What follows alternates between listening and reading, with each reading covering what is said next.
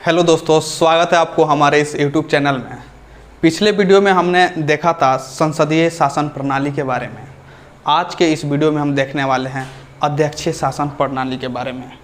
दोस्तों, सबसे पहले जान लेते हैं, जैसा कि हमने पिछले वीडियो में भी देखा था, जो आज इस वीडियो में नए हैं वो सबसे पहले जाकर हमारा पिछला वीडियो देख लें, जो संसदीय शासन प्रणाली को बहुत अच्छे से वहाँ पे समझाया गया है उस वीडियो में। तो शासन प्रणाली की बात हो रही थी। शासन प्रणाली,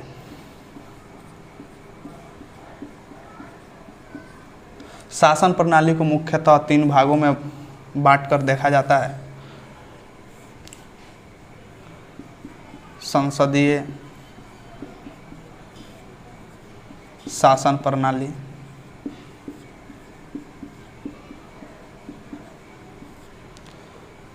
दूसरा अध्यक्षीय शासन प्रणाली,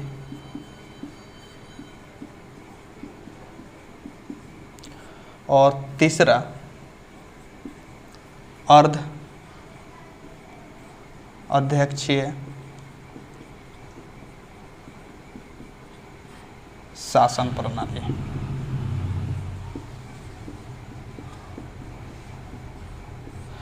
तो संसदीय शासन प्रणाली को हमने पिछले वीडियो में देखा है।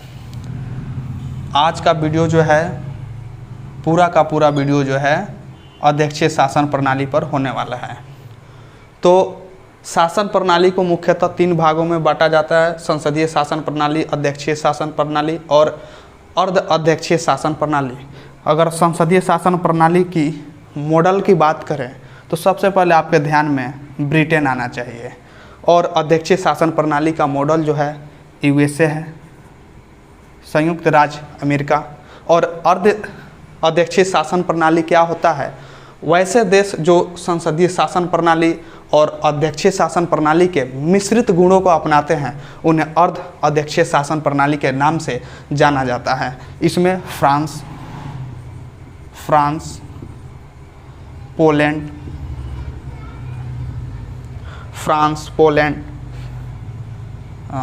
फिनलैंड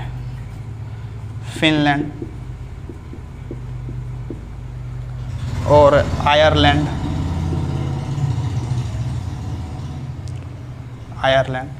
पोलैंड भी आता है। तो आज हम पूरा का पूरा वीडियो जो है पढ़ने वाले हैं अध्यक्षीय शासन प्रणाली के बारे में। तो अब अध्यक्षीय शासन प्रणाली को देखते हैं।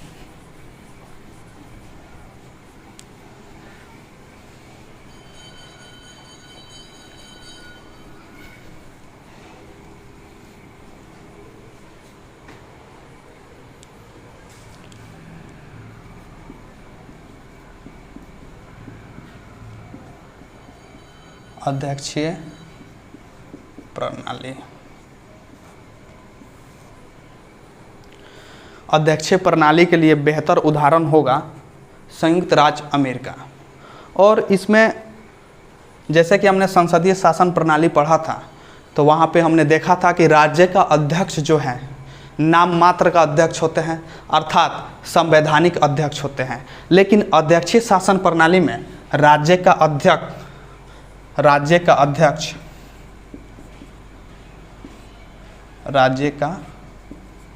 अध्यक्ष जो है वास्तविक अध्यक्ष होते हैं। वास्तविक अध्यक्ष,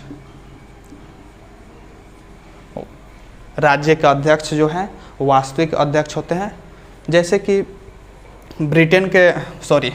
यूएसए के प्रधानमंत्री को ही, यूएसए के राष्ट्रपति को ही देख लीजिए, या वास्तविक अध्यक्ष के रूप में कार्य करते हैं। और अध्यक्षीय शासन प्रणाली के कुछ विशेषता है। अगर इसकी विशेषता की बात करें, विशेषताएं की इसकी बात करें, तो इसके मुख्यतः 2 विशेषता हैं। क्या क्या 2 विशेषता हैं? पहला, सत्ता का विभाजन, अध्यक्षीय शासन प्रणाली की विशेषता की जब भी बात करेंगे तो इसमें दो विशेषता हैं। पहला सत्ता का विभाजन, सत्ता का विभाजन, और दूसरा आपका अवरोध एवं संतुलन। दूसरी विशेषता है इसकी अवरोध एवं संतुलन। पहली विशेषता सत्ता का विभाजन, पावर ऑफ सेपरेशन। दूसरी विशेषता अवरोध एवं संतुलन।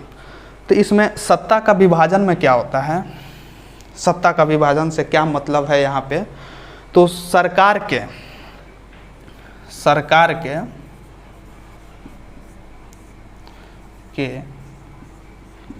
तीनों अंगों का विभाजन होता है। तो अब यहाँ पे हमने देखा कि सरकार के तीनों अंगों का विभाजन होता है, तो सबसे पहले अब यह बात जानना भी जरूरी हो जाता है कि सरकार होता क्या है और इसके तीन अंग कौन कौन से होते हैं। तो सरकार का एक छोटा सा डिफिनेशन अगर आपको देना हो तो आप लिखेंगे, सरकार वह संस्था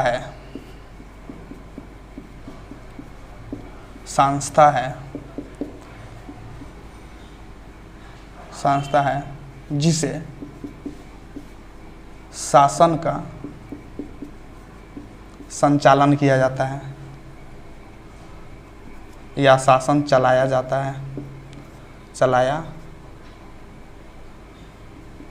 है,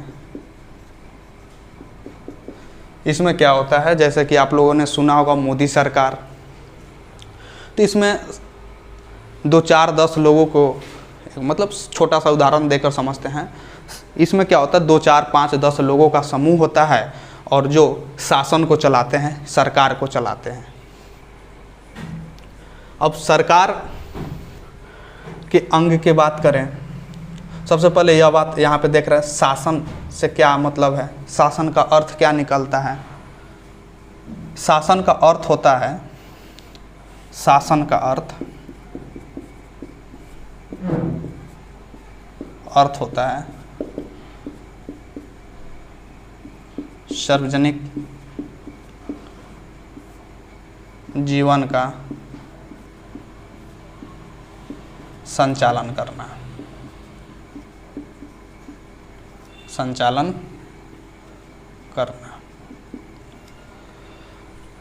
अब सरकार के यहाँ पे हमने देखा था सत्ता का विभाजन, यानी कि सरकार के तीनों अंगों का विभाजन होता है, और दूसरे विशेषता में हमने देखा था अवरोध एवं संतुलन।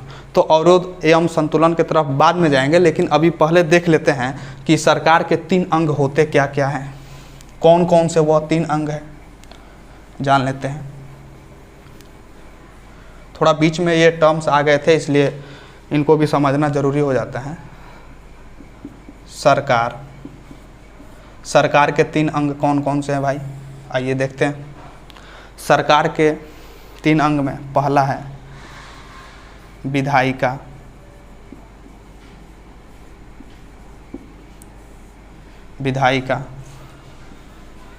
कार्यपालिका और तीसरा है न्यायपालिका।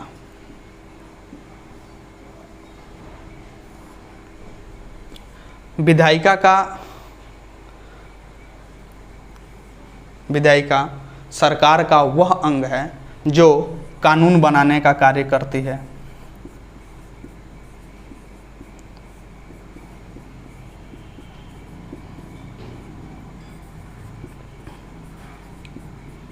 विधायिका क्या काम करती है, कानून बनाने का कार्य करती है।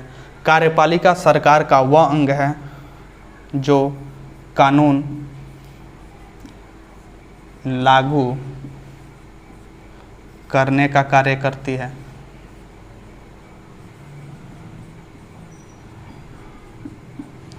यानी कि विधायिका का काम होता है कानून बनाना, कार्यपालिका का काम होता है कानून को लागू करना, और न्यायपालिका का क्या काम होता है, सरकार और किसी व्यक्ति के बीच में अगर कोई विवाद हो जाता है या कार्यपालिका विधायिका के बीच में कोई विवाद हो जाता है तो इन विवादों का निपटारा करना न्यायपालिका का काम होता है। यानी कि इसको लिख सकते हैं विवादों का निपटारा करने का कार्य जो है न्यायपालिका के पास होता है, यानी कि न्याय दिलाने का कार्य जो है न्यायपालिका के पास होता है। अब हमने अभी देखा कि सरकार के तीनों अंगों को विशेषता में अध्यक्षीय शासन प्रणाली के विशेषता में देखा था कि सरकार के तीनों अंगों का विभाजन होता है। तो इसके लिए अब आ जाते हैं, फिर ये छोटा सा टर्म सा देखे थे वहाँ पे आ जाते हैं अध्यक्षीय शासन प्रणाली में।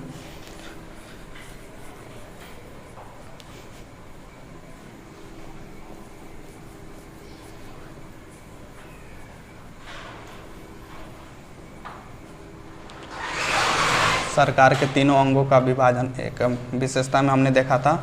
सरकार के तीनों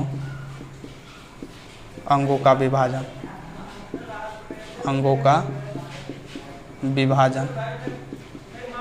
और यानी कि सेपरेशन ऑफ पावर। और एक विशेषता देखा था अवरोध एवं संतुलन, चेक्स एंड बैलेंस। इसमें सरकार के तीनों अंग जो कार्यपालिका,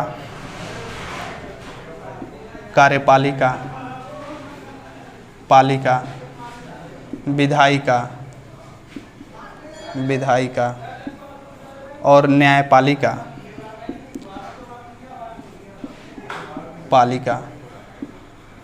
ये सरकार के तीन अंग हैं। इनके पावर को अलग अलग करके विभाजन किया जाता है, इनके पावर को विभाजन किया जाता है। तो इसमें यूएसए संयुक्त राज्य अमेरिका के जो संविधान है उसके पहली 3 अनुच्छेद में जो है सेपरेशन ऑफ पावर को दिखाया गया है।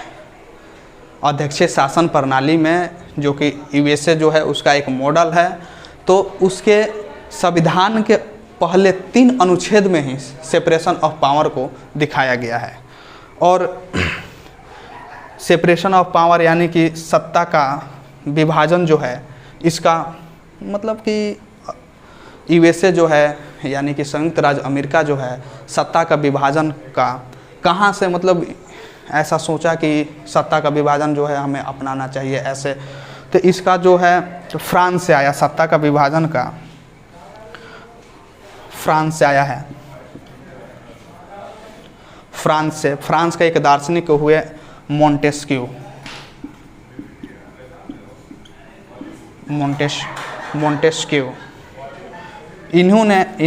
मोंटेस्क्यू ने ही सत्ता का विभाजन का संकल्पना रखा। यहीं से सत्ता का विभाजन का संकल्पना जो है यूएसए ने अपनाया है।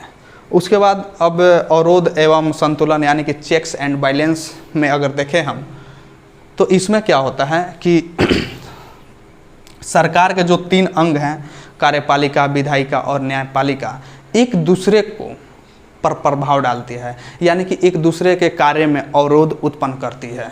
वो कैसे? विधायिका का नियंत्रण, जैसे कि अभी इसको हम एक छोटा सा गोला बनाकर समझने का प्रयास करते हैं। ये हो गई विधायिका, सॉरी गोला से नहीं, इसको थोड़ा अच्छे से बनाते हैं। ये हो गई विधायिका, ये हो गई कार्यपालिका,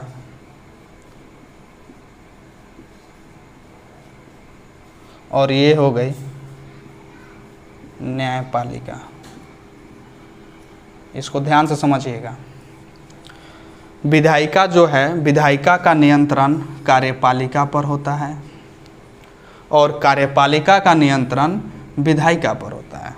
उसी प्रकार से विधायिका का नियंत्रण न्यायपालिका पर होता है और न्यायपालिका का नियंत्रण विधायिका पर होता है।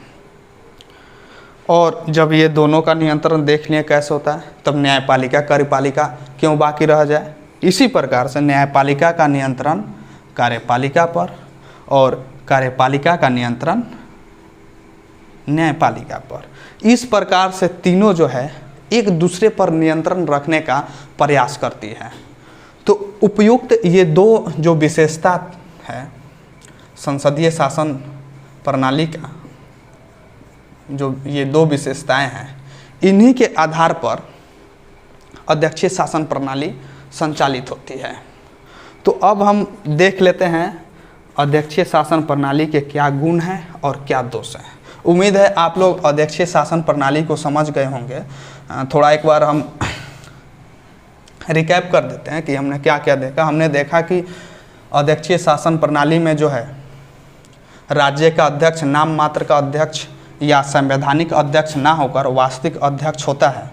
अगर अध्यक्षीय शासन प्रणाली का सबसे बेहतर उदाहरण का बात किया जाए तो सबसे पहले आपके दिमाग में क्या आना चाहिए, यूएसए यानी कि संयुक्त राज्य अमेरिका का उदाहरण आना चाहिए।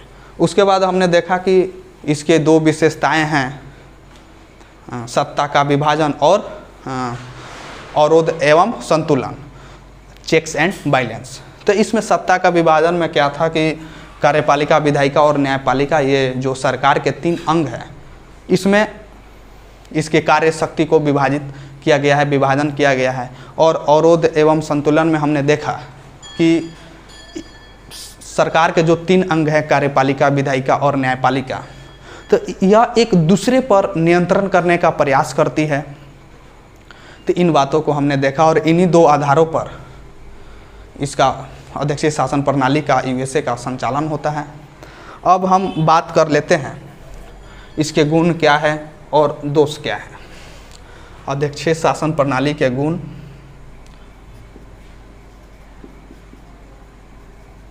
अध्यक्षीय शासन प्रणाली के गुण, इसके अध्यक्षीय शासन प्रणाली के गुण और दोष के बारे में। इसके दोष क्या हैं? अध्यक्षीय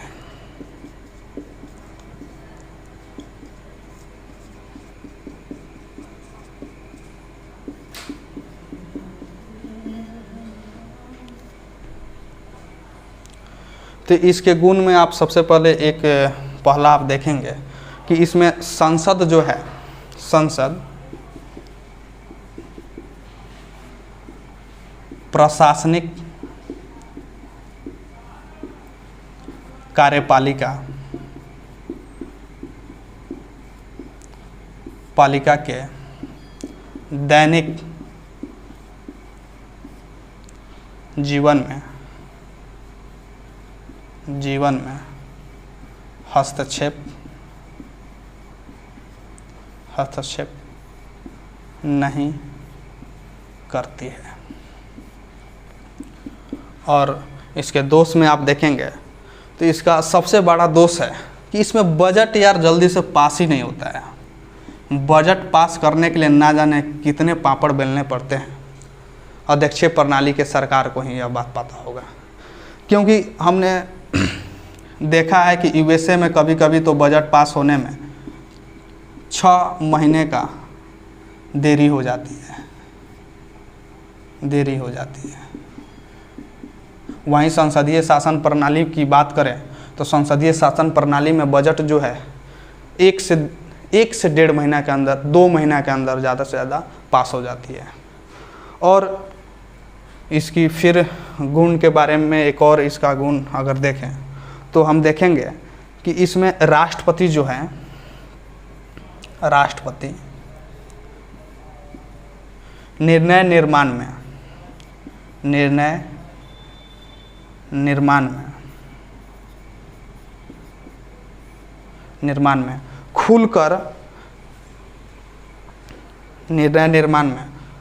खुलकर निर्णय निर्माण कर सकते हैं। मतलब राष्ट्रपति का जो क्षेत्राधिकार होता है, वहाँ पे राष्ट्रपति जो हैं पूरे खुलकर मतलब कुछ नहीं सोचते हैं वो। जैसे कि संसदीय शासन प्रणाली में पीएम को अगर कोई निर्णय देना हो, प्रधानमंत्री को कोई निर्णय देना हो, तो वो मंत्रिपरिषद को ध्यान में रखकर निर्णय देते हैं। लेकिन अध्यक्षीय शासन प्रणाली में ऐसा कुछ नहीं है। अगर राष्ट्रपति के क्षेत्र में वह काम आता है तो उसको बिना सोचे समझे नहीं, मतलब कि उसको ध्यान में रखते हुए वह निर्णय जो है खुलकर अपने विचार प्रस्तुत कर सकते हैं और निर्णय किसी भी मामले पर दे सकते हैं। यह जो है अध्यक्षीय शासन प्रणाली का एक गुण है।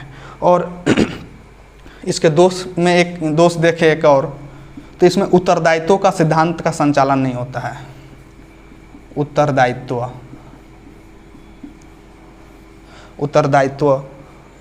के सिद्धांत का संचालन जो है नहीं होता है। उत्तरदायित्व के सिद्धांत पर बल नहीं दिया जाता है। संसदीय शासन प्रणाली में उत्तरदायित्व पर बल दिया जाता है। कार्यपालिका जो है विधायिका या संसद के प्रति उत्तरदायी होती है। हमने जब संसदीय शासन प्रणाली को पढ़ा था तो वहाँ पर देखा था। लेकिन अध्यक्षीय शासन प्रणाली में क्या होता है, इसमें उत्तरदायित्व के सिद्धांत पर बल नहीं दिया जाता है, जो कि इसका दोष में शामिल है। और एक और इसके गुण की बात करें तो इसमें क्या होता है, नौकरशाही को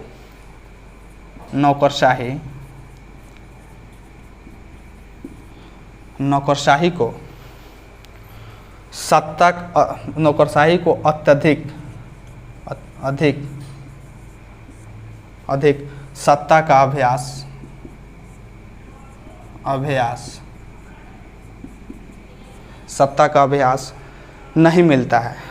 अभ्यास नहीं मिलता है। और इसकी दोष में अगर देखें तो हम देखेंगे कि सरकार को इसमें आसानी से नहीं गिराया जा सकता है। सरकार को आसानी से नहीं गिराया जा सकता है।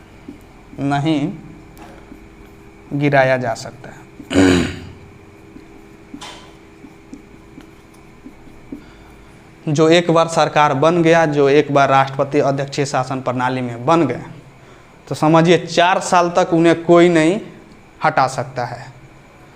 देखिए यूएसए में जो है शासन व्यवस्था 2 साल तक था, लेकिन एक ऐसे राष्ट्रपति हुए जो वह 2 बार राष्ट्रपति बन गए, शासन चलाने लगे, लेकिन वो ऐसा सोच लिए कि अरे अब तो हम हटेंगे ही नहीं, जीवन भर राष्ट्रपति रहेंगे। और अपने जीत पर अड़कर वह 2 बार के जगह 4 बार राष्ट्रपति के पद पर रहे। उस राष्ट्रपति का नाम है क्या नाम था उनका, मैं भूल रहा हूँ, फ्रैंकलिन ऐसे करके कुछ नाम था। 4 बार शासन किए। तो इस प्रकार से यूएसए के संविधान में संशोधन किया गया और यह फिक्स कर दिया गया कि अब से कोई भी राष्ट्रपति 2 बार से ज़्यादा शासन नहीं करेगा।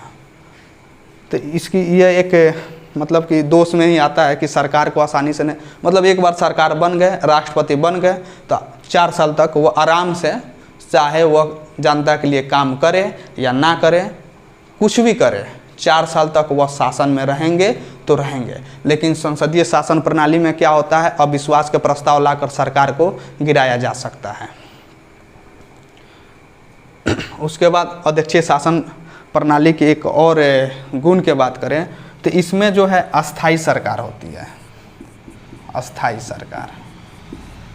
सरकार वहीं जो एक बार सरकार बन गए तो 4 साल तक इन्हें कोई नहीं हटा सकता है।